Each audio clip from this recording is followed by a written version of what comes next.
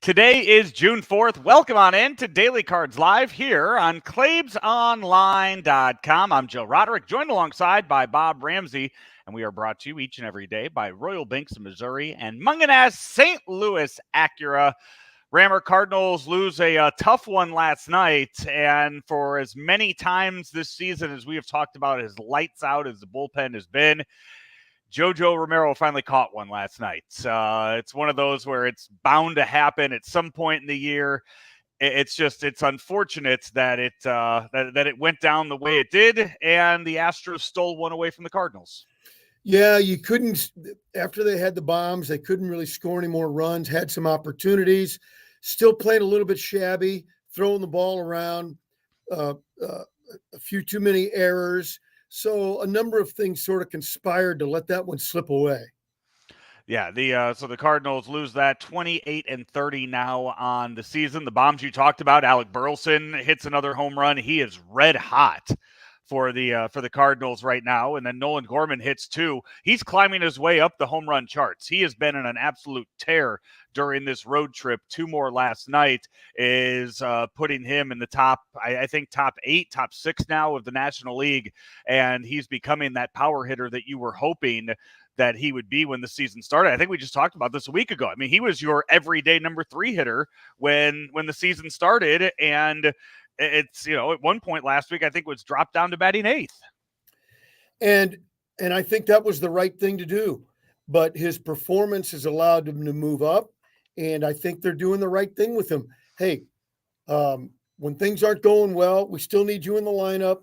You need to get at bats to get better. And then he did, and he's moved into a very a big spot in the order to produce runs, and that's what he's doing now. So yeah, he's doing everything he needs to, and I think this lineup has evolved to where we're starting to get a real feel for where the Cardinals want it to go. The Cardinals tonight will go again at 7:10, so about an hour or so from now before we get to the lineups. A little bit of news and notes leading into the game today. Cardinals made a roster move. They have optioned Ryan Lotus back down to AAA and recalled Chris Roycroft. So one of those where the bullpen is really about 16, 18 guys on the season, and it's that Memphis shuttle that we're going to see throughout the entire season. But the big news coming from today, as Derek Gould reported earlier in the afternoon, that we will not see Kenyon Middleton in a Cardinal uniform this year. He is set for surgery that will end his season, repairing his flexor tendon.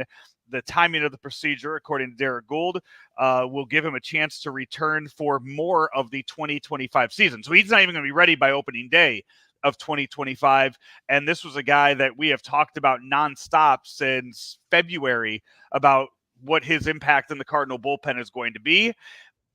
Cardinals need to go out and probably make a move here and bring in another right-handed arm to help soften this blow and get that bullpen to where they thought it was going to be. I think they've already surpassed it. If you're going to make a deal, I think you need a starter. So you think bullpen is you're fine with the arms they have bullpen wise right now? Well, when you look around the league, in a relative fashion, I think top to bottom, the Cardinal bullpen can compare with anybody in the league favorably, but the starting rotation does not. My worry with the bullpen is just how much overuse there is going to be right now. When you look at just how much they have been worked and how good they have been up until this point, I think that you're going to have to bring in some more arms to kind of handle this workload. Yeah. Okay. I hear what you're saying. I would say let's score more runs and let's get another starter, and those two things will help make the team better and take pressure off the bullpen. Cardinals Astros tonight. Andre Palante on the mound for the Redbirds going against righty Spencer Arrighetti. Andre Palante coming off his best start of his Cardinal career just last week. And the Cardinal lineup will look like this. Brendan Donovan back in the leadoff role. He is in left field. Alec Burleson batting second in right. Paul Goldschmidt at first. Nolan Gorman at second. Nolan Arenado at third. Matt Carpenter DHing again tonight. He's batting sixth. Ivan Herrera catching. Mason Wynn back down in the 8th spot at short. And Michael Ciani is in center field. For the Astros, Jose Altuve is at second. Alex Bregman is at third. Yordan Alvarez in left. Jake Myers in center. Jeremy Pena at short. Yanier Diaz is DHing. Victor Caratini is behind the plate. Jose Abreu at first. And Mauricio Dubon is in right field for the Astros. Kyle Tucker not in the lineup tonight. We saw him leave the game yesterday after fouling a ball off of his foot. I haven't looked to see, and I can do that right now, to see if any word has come out about Kyle Tucker and what the status is on him for just overall for the rest of the Astros season. Because was that his foot or was that his shin? I get shin area. I guess this isn't the first time he did it either. Back in April of 23, had the exact same injury. Yeah, that hurts. From last night, same reaction and everything from that. No word yet as I'm looking through all of the Astros beat writers. He was on crutches today. The team just wants him to keep weight off of his right leg. That, according to what manager Joe Espada said today before that, they're hoping to get him back in a few days, so we won't see him tomorrow. Yeah. You hope it's just a bruise.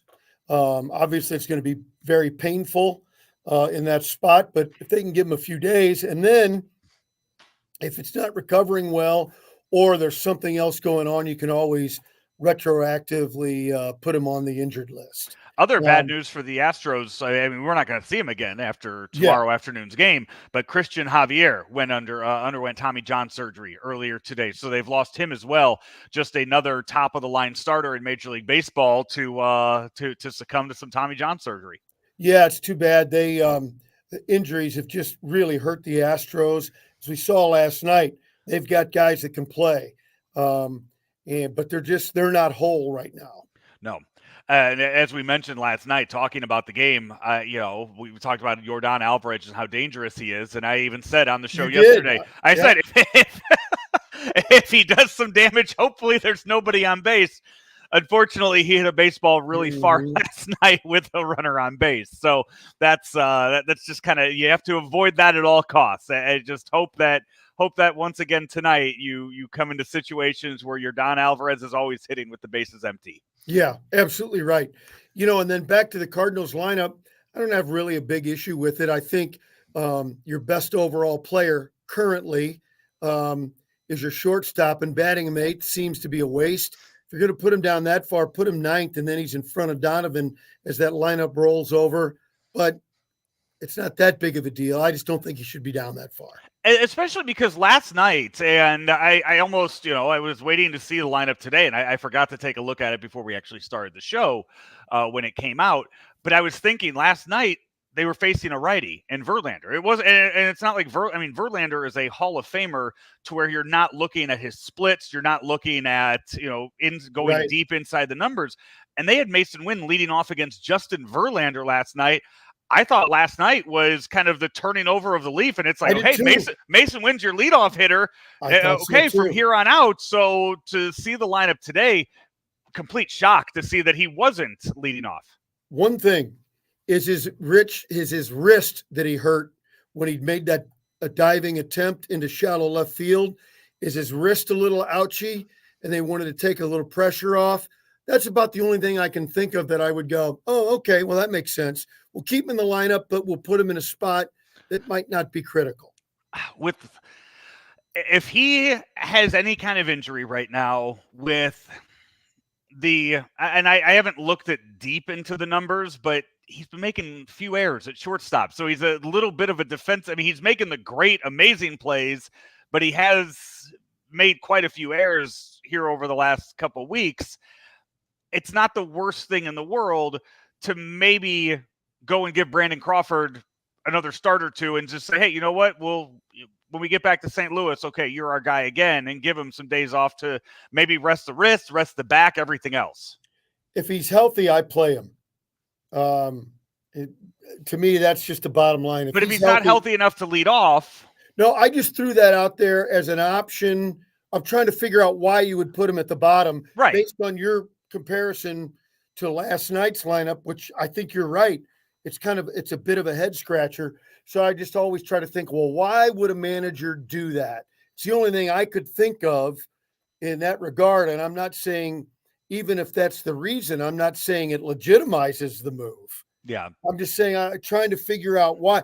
We have a tendency as sports fans, if we don't understand the move, we go, well, that's dumb. Well, these aren't dumb people. And so there's got to be some reasoning behind it. So I'm just trying to throw that out, figure it out. Yeah, he's a rookie. He's going to make errors. You'd like to keep it under 20. Obviously, he's on a rate that's higher than that right now.